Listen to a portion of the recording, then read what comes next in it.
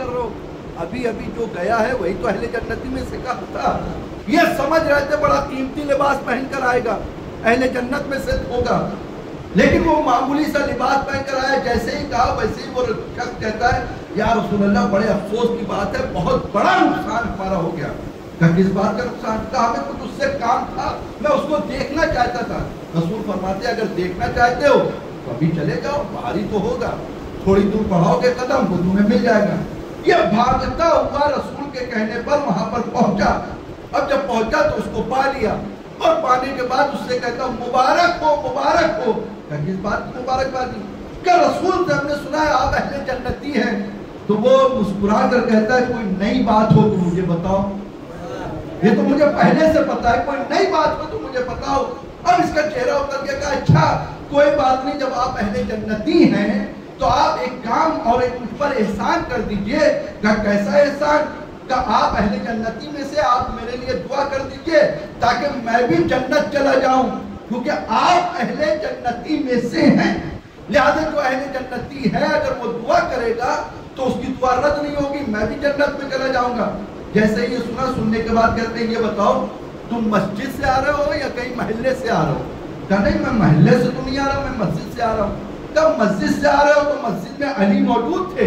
کہا ہاں ہم نے علی کو دیکھا، علی بیٹھے ہوئے تھے. کہا افسوس ہے تمہاری عقلوں پر، جنت کے بانٹنے والے کو چھوڑ کر جنت میں رہنے والوں کے پاس دعا کرانے. ایک سلوات پڑھے محمد والے محمد.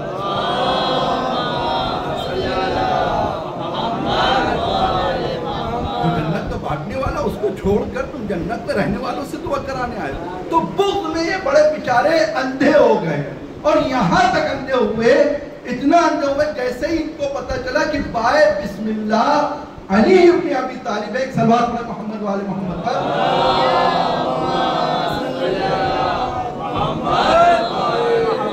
یہ جو بے کے نیچے نقطہ علی ابن ابی طالب، کہیں سے انہوں نے بسم اللہ پڑھنا بھی چھوڑ دی. اب بغیر بسم اللہ کے سب کچھ پڑھ رہے ہیں. معلوم ہوا کہ علی کا ساتھ نہیں چاہیے، علی کا ساتھ نہیں چاہیے. ایک دن کیا ہوا کہ فقیر شام آتا ہے مدینے، اور جب مدینے آیا تو اس نے دیکھا مدینے میں کوئی نہیں دکھ رہا ہے، گلیوں میں کوئی نہیں، محلے میں کوئی نہیں. ایک صاحب کو بلائے ذرا یہ سب لوگ کہاں ہیں؟ بڑی افسوس کی بات ہے مغرب کا وقت ہو رہا ہے، سب کہاں ہوں گے؟ اللہ کے گھر میں ہوں گے، آپ کو اتنا بھی پتہ نہیں ہے. اب یہ بھاگتے ہوئے اللہ کے گھر پہنچے، اور پہنچنے کے بعد دیکھا ہجوم لگا ہوا ہے، وہاں پر سب لوگ موجود ہیں. جو ان کے چمچے تھے انہوں نے دیکھا ارے بڑے صاحب آ گئے. انہوں نے کہا بھائی آپ نماز پڑھا دیجیے. یہ گئے نماز پڑھانے کے لیے. اب نماز پڑھانا شروع کیا، تو جب شروع کیا تو بغیر بسم اللہ کے انہوں نے ساری پڑھا دی. اب جب پڑھائی تو اس میں ایک چاہنے والا مولا کا بھی تھا. جیسے اس نے یہ سنا تو سننے کے بعد میں کہتا ہے کہ اب نماز میں بھی چوری ہونے لگی. کہا کیسی بات کر رہے ہیں؟ کہ یہ چور تو پہلے سے تھے، نمازوں میں اب انہوں نے چوری کرنا شروع کر دیا. ایک صلوات پڑھے محمد والے محمد.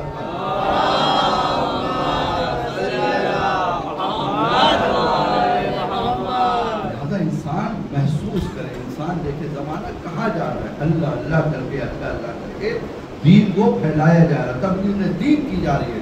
یاد رکھے بغیر علی کے دین مکمل نہیں ہو سکتا. تو میں اپنے موضوع کی طرف کہ اخلاص بہت ضروری ہے، بغیر اخلاص کی کچھ ہونے والا نہیں ہے. اگر آپ کی عبادت میں اخلاص نہ پایا جائے تو اخلاص کے بغیر عبادت ممکن مکمل نہیں ہو سکتی. اب آپ کو یہاں پر ایک بات اور کہنا چاہتا ہوں. یہ جو ہم مجلس کرتے ہیں، یہاں پر مجلسوں میں آتے ہیں، تو کیا مجلسوں میں آ کر صرف ثواب ہم کو ملتا ہے؟ یہی ملتا ہے اور کچھ نہیں ملتا؟ بھائی اگر کوئی انسان دکان کھولتا ہے، کوئی انسان کوئی کام کرتا ہے، تو کام کس بنیاد پہ کرتا ہے؟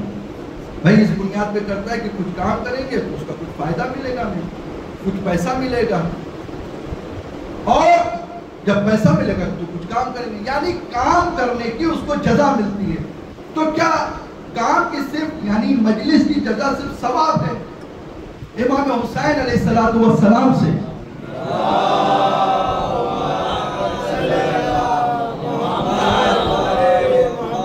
ایک شخص نے پوچھا مولا یہ جو مجلس کرتے ہیں اس مجلس میں اور کچھ ملتا ہے؟ تو مولا نے فرمایا ان مجلسوں میں بہت کچھ ملتا ہے. کیا کیا ملتا ہے ان مجلسوں میں؟ کہ ان مجلسوں میں سب سے پہلی چیز جو ملتی ہے وہ اللہ کی نشانی ملتی ہے. تو اللہ کی نشانی کا مطلب کیا؟ کھلی ہوئی دلیل، تاکہ جس کے ذریعے سے انسان خدا سے قریب ہو جائے اور شیطان سے دور ہو جائے. اب مجلسوں میں اگر انسان آنے کے بعد خدا سے نزدیک ہو رہا ہے تو سمجھ لیجئے مجلس کامیاب ہو رہی ہے، اور شیطان سے دور ہو رہا ہے تو سمجھ لیجئے مجلس کامیاب ہو رہی ہے. لیکن اگر انسان خدا سے قریب نہ ہو پائے، شیطان سے دور نہ ہو پائے، تو یہ رسم تو ادا کر رہے ہیں، مجلس نہیں کر پا رہے. لہذا مجلس کرنے کے لیے سب سے ضروری یہ ہے کہ اپنے نفس کو تزکیہ کرے کہ واقعا ہم خدا سے نزدیک ہو بھی رہے ہیں کہ نہیں ہو رہے. کہتے ہیں کہ آپ نے ایک نام سنا ہوگا، قرآن میں نام آیا ایک نبی کا، جناب عزیر. جناب عزیر کون ہے؟ یہ نبی خدا ہے. یہ ایک دن ایک بستی کی طرف سے گزر رہے تھے. کیا ہے مجلس کی سب سے بڑی کامیابی اور اس کے کیا ملتی ہے اجرت؟ کہ انسان اللہ سے قریب ہوتا ہے، شیطان سے دور ہوتا ہے، اللہ کی نشانیوں کو پہچانتا ہے. یہ جناب عزیر جو نبی تھے وہ ایک بستی سے گزرتے ہوئے جا رہے تھے. اب جب بستی سے گزرتے ہوئے جا رہے تھے تو انہوں نے دیکھا کہ ایک بستی میں جتنے ہیں، ایک صلوات پڑھیں محمد والے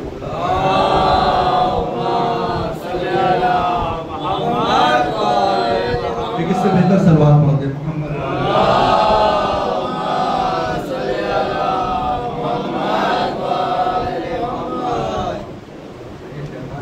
ہوتا ہے کہ اس سے انسان کو ایک ادھر سے ادھر ہٹا دے. نہ آپ ادھر دیکھیے نہ آپ ادھر دیکھیے، مستقیم دیکھیے تو آپ کی زندگی کامیاب ہو جائے گی. ایک اور صلوات پڑھیں محمد والے.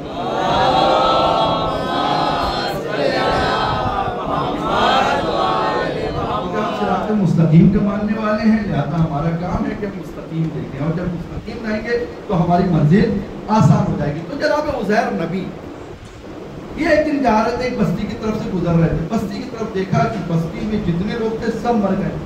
اب ان کے دل میں خیال آیا، پروردگار ان مرے لوگوں کو زندہ کیسے کرے گا، کیسے یہ مرے لوگ زندہ ہوں گے. جیسے ہی خیال آیا ویسے ہی پروردگار نے ملک الموت کو حکم دیا، جاؤ ان کی روح بھی قبض کر. اب یہ گئے ملک الموت، جناب عزیر نبی کی روح قبض کر لی. اب جب جناب عزیر نبی کی روح قبض ہوئی تو اس کے بعد 100 سال کے بعد اللہ نے ان کو دوبارہ زندہ کیا. اب جب جناب عزیر نبی دوبارہ زندہ ہوئے 100 سال کے بعد، تو اللہ نے ان سے سوال کیا، اے عزیر نبی کم لبثت، کتنا سوئے آپ؟ تو جناب عزیر نبی جب اٹھے تو کہتے یہ ہیں کہ بس ایک دن یا اس سے کم سویا. اللہ نے بتایا ایک دن نہیں سوئے عزیر نبی، بلکہ آپ 100 سال تک سوتے رہے. 100 سال ممکن ہی نہیں ہے، میں تو ابھی سویا ابھی اٹھ گیا. کہا نہیں آپ 100 سال سوئے. کہا اس کی دلیل کیا ہے؟ کہا دلیل دیکھنا چاہے تو اپنے کھانے کی طرف نگاہ کرو. اور جب کھانے کی طرف نگاہ کری تو کھانا تر و تازہ رکھا ہوا تھا. جیسے ہی دیکھا کہ کھانا تر و تازہ رکھا ہوا تھا ویسے ہی اور یقین ہو گیا کہ پروردگار یہ کیسے ممکن ہے، کھانا تر و تازہ ہے اور میں 100 سال کے بعد اٹھاؤں. ارے کھانا 2 دن تک صحیح نہیں رہ پاتا، یہ 100 سال کیسے کھانا رہے گا صحیح. مجلس کا مطلب کیا ہے؟ کھلی ہوئی نشانی. اللہ کے انسان قریب ہوتا ہے، شیطان سے دور ہوتا ہے. اللہ یہی تو بتانا چاہتا ہے کہ جو اللہ کھانے پر اتنی قدرت رکھتا ہے کہ ایک کھانے کو 100 سال تک تر و تازہ رکھتا ہے، وہ اپنی حجت کو آخری امام کو کیا پردے غیب میں باقی نہیں رکھتا. اس کا مطلب وہ اپنے امام کو پردے غیب میں باقی رکھ سکتا ہے. پھر اس کے بعد کہتے ہیں کہ اے عزیر اگر تمہیں اور وہ ہے تو اپنے گدھے کی طرف دیکھو. بہت توجہ، اپنے گدھے کی طرف دیکھو. جیسے جناب عزیر نے گدھے کی طرف دیکھا تو کیا دیکھا کہ گدھا جو ہے، جناب عزیر نبی جو تھے ان کی ان سے جب یہ کہا گیا کھانے کی طرف دیکھیے تو کھانا جب دیکھا گیا تو کیا دیکھا؟ کھانا تر و تازہ رکھا ہوا ہے. جب تر و تازہ دیکھا تو ان کو یقین ہوا کہ ابھی ہم تو کبھی سوئے تھے. اللہ نے کہا یہ کم نہیں سوئے تھے بلکہ 100 سال. اب یہ کھانے کو تر و تازہ کیوں رکھا؟ کہ ہم تمہیں اپنی نشانی کو دکھانا چاہتے ہیں. جب ہم کھانے پر اتنی قدرت رکھتے ہیں کہ یہ 100 سال تک تر و تازہ رہ سکتا ہے تو ہم اپنی آخری حجت کو زندہ نہیں رکھ سکتے. اس کے بعد کیا کہا؟ گدھے کی طرف دیکھو. جو گدھا تھا وہ برادری میں بدل چکا تھا، ہڈیوں میں تقسیم ہو چکا تھا. پروردگار یہ گدھے کو برادری میں کیوں بدل دیا؟ کہ اس لیے تاکہ تم دیکھ لو کہ اگر کوئی نبی کے بزم میں بھی آ جائے تو ضروری نہیں ہے کہ وہ بچ جائے، بلکہ بچنے کے لیے اعلیٰ کردار کا ہونا ضروری ہے۔ ایک صلوات پڑھے محمد و آل محمد پر۔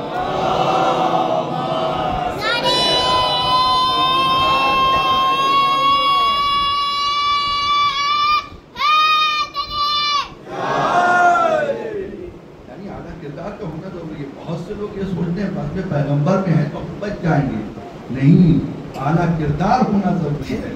اگر کردار میں کہیں بھی کمی پائی جا رہی ہے تو بندے رسول میں ہو تب بھی وہ برادہ اور ہڈیوں میں تقسیم ہو جائیں گے۔ تو عزیزان محترم، خلوص بہت ضروری، بغیر خلوص کے عبادت مکمل نہیں ہو سکتی۔ ہم یہ سوچیں کہ بغیر خلوص کے عبادت مکمل ہو جائے، نہیں ہوتی، لہذا خلوص ہونا بہت ضروری ہے۔ اور اگر بغیر خلوص کے، بغیر قربت خدا کے اگر کوئی کام کرے گا تو اس کا کام ابد ہو جائے گا۔ ایک واقعہ اس کے بعد ختم ہوا۔ کہتے یہ ہیں کہ جناب آدم کہاں رہتے تھے؟ جنت میں، اور جب جنت سے وہ زمین پر آئے تو آنے کے بعد جب تمام پرندوں کو، چرند کو یہ خبر ہوئی کہ جناب آدم زمین پر آئے ہیں تو ہرنوں کا ایک گروہ جناب آدم کے پاس آتا ہے ملاقات کرنے کے لیے۔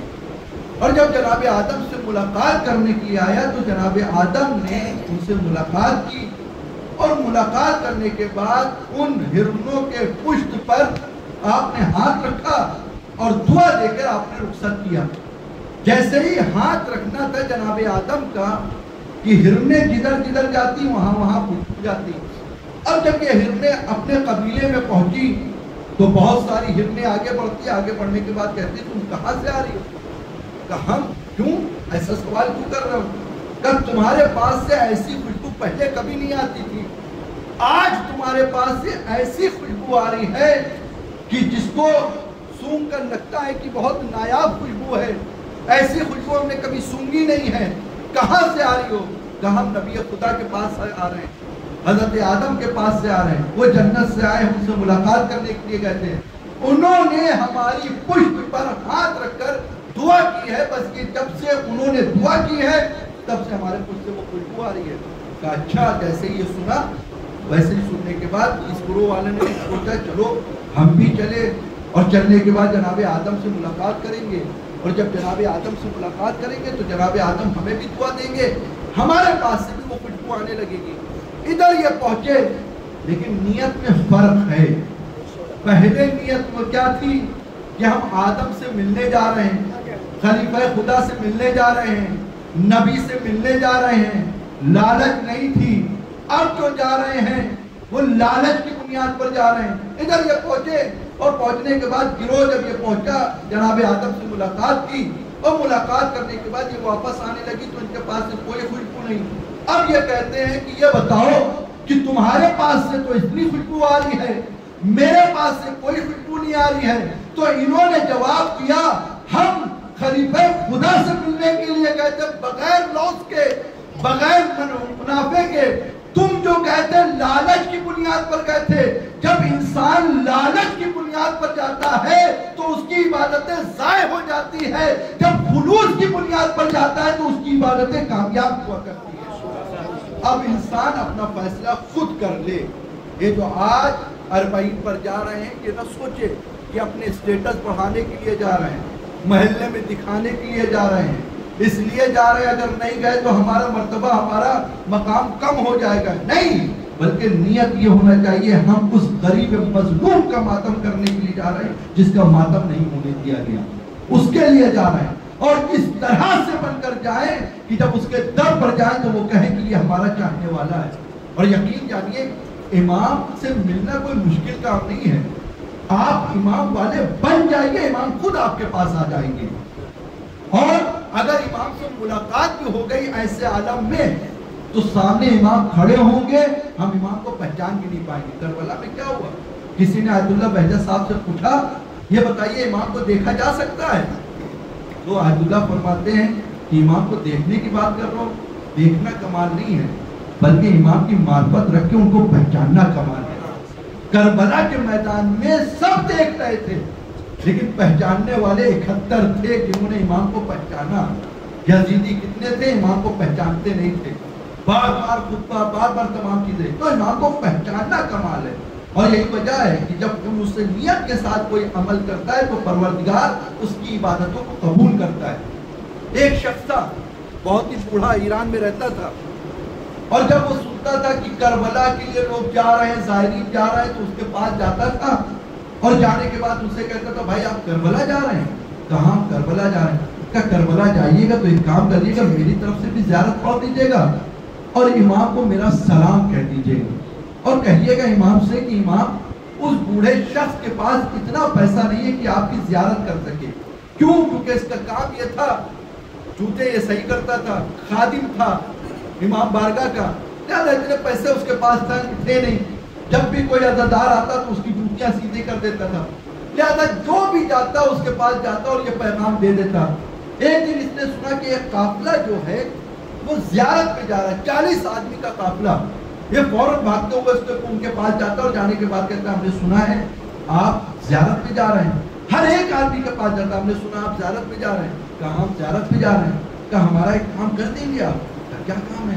کہا آپ امام کے پاس جا رہے ہیں، امام سے ہمارا سلام کہہ دیجیے گا اور امام سے کہیے گا زندگی بہت کم بچی ہے، بوڑھا ہو چکا ہوں، ایک بار میری بھی کربلا کی زیارت کرا دے. امام سے کہیے گا. یہ کہنا تھا جتنے لوگ تھے سب کربلا پہنچے، اور جب کربلا پہنچے تو ہر آدمی کو یاد تھا کہ اس بوڑھے شخص نے ہم سے کہا ہے کہ امام کے روضے پر سلام کہنا اور زندگی کم بچی ہے، ایک بار اس کو امام طلب کر دے، اپنی بارگاہ میں بلا لے. جتنے تھے سب نے اپنے اپنے طریقے سے اس بزرگ کا سلام امام کی بارگاہ میں پہنچایا. اب جب امام کی بارگاہ میں پہنچا چکے یہ سب، اپنے حجرے میں گئے، اپنے ہوٹل میں گئے، اور جانے کے بعد جب یہ سوئے تو 40 لوگوں کے خواب میں امام حسین علیہ السلام آتے ہیں اور آنے کے بعد کہتے ہیں اے لوگوں، جب تم پلٹ کر اپنے وطن جانا تو اس بوڑھے چاہنے والے کو میرا سلام کہنا، اور سلام کہنے کے بعد کہنا جتنی تم امام حسین سے محبت کرتے ہو اتنا ہی مولا بھی تم سے محبت کرتے ہیں. طرف ہونا چاہیے، خلوص ہونا چاہیے. اب جب یہ آئے اور صبح اٹھے تو اٹھنے کے بعد ایک دوسرے سے خواب بیان کر رہے ہیں، وہ ان سے کر رہا ہے، وہ ان سے کر رہا ہے، سب یہی کہہ رہے ہیں کہ ہم نے یہ خواب دیکھا ہے. اب پتہ چلا تو پتہ چلا کہ یہ خلوص کی بنیاد پر ہے جو امام حسین علیہ السلام اس کو اپنا سلام کا جواب بھجوا رہے ہیں، اپنا سلام کہوا رہے ہیں. تو لہذا مومنو عزیزوں، میرے چاہنے والوں، میرے دوستوں، میرے بھائیوں، اگر واقعاً اللہ کا بننا ہے، اگر اللہ کے قریب ہونا ہے تو خلوص اپنے اندر پیدا کرنا ہے. اور خلوص جب پیدا ہوگا جب ہم غرور سے دور ہو جائیں گے. خلوص جب پیدا ہوگا جب ہم کینے سے دور ہو جائیں گے. خلوص جب پیدا ہوگا جب ہم حسد و نفرت سے دور ہو جائیں گے. ہر انسان کی عزت اور احترام کرتے ہوئے نظر آئیں گے، الہی قانون کو مانتے ہوئے نظر آئیں گے، تو ہمارے اندر خلوص پیدا ہو جائے گا. اور جب خلوص ہوگا تو خلوص ایسا ہوگا کہ ہمارے پاس یہ ہمارا وقت کا نام ہم کو یہ کہے گا یہ ہمارا چاہنے والا ہے، یہ ہمارا ماننے والا ہے. بس اللہ کہتا امام حسین علیہ السلام جب کربلا کے میدان میں آئے تو آنے کے بعد آپ نے خیمے کو نصب کیا. ابھی یہ جو خیمہ نصب تھا فرات کے قریب نصب تھا، لیکن ایک وقت وہ آتا ہے جب یہ کہا جاتا ہے فرات سے خیمے ہٹا لیے جائیں. جناب عباس کو بڑا ناگوار گزرا، لیکن اطاعت امام حسین علیہ السلام تھی. ایک مرتبہ حکم دیا اے بھیا فرات سے خیموں کو ہٹا لو. جناب عباس نے خیموں کو ہٹا لیا، لیکن بڑا درد تھا جناب عباس کو کہ میرے رہتے ہوئے خیمے فرات سے ہٹا لیے گئے. جانتے تھے کچھ دنوں کے بعد پیاس کی طلب ہوگی، کچھ دنوں کے بعد پیاس کا غلبہ ہوگا، کچھ دنوں کے بعد یہ بھی ہوگا لوگ پیاس سے مارے جائیں گے. ہاں باب ازا وقت گزرتا گیا، 10 محرم آئی اور 10 محرم آنا تھا کہ اب موت کا بازار گرم ہو گیا. اور جب موت کا بازار گرم ہوا تو ہر ایک صحابی آتا ہے، آنے کے بعد امام پر اپنی جان قربان دینے کے لیے آگے بڑھتا ہے. اے مولا مجھے بھی اجازت دیجیے میں آپ کی طرف سے اپنی جان کو قربان کروں. کبھی حبیب جاتے ہیں، کبھی جون جاتے ہیں، کبھی مسلم ابن اوسجہ جاتے ہیں، کبھی زہیر جاتے ہیں، کبھی اون و محمد جاتے ہیں۔ ایک مرتبہ وہ وقت بھی آتا ہے جب پردے کا محافظ جناب عباس اپنے آقا کے پاس آتے ہیں، اے آقا مجھے بھی مرنے کی اجازت دے دیجئے۔ عزیزو یہ سننا تھا، امام فرماتے ہیں کہ امام کا جواب یہ ہے، اے عباس تو میرے لشکر کے علم بردار ہو۔ جناب عباس نے جب یہ سنا، سننے کے بعد کہتے ہیں کبھی دائیں طرف دیکھا کبھی بائیں، اور دیکھنے کے بعد کہتے ہیں اے آقا وہ لشکر کہاں ہے جس کی سرداری میں کروں گا؟ اے آقا وہ لشکر نہیں رہا۔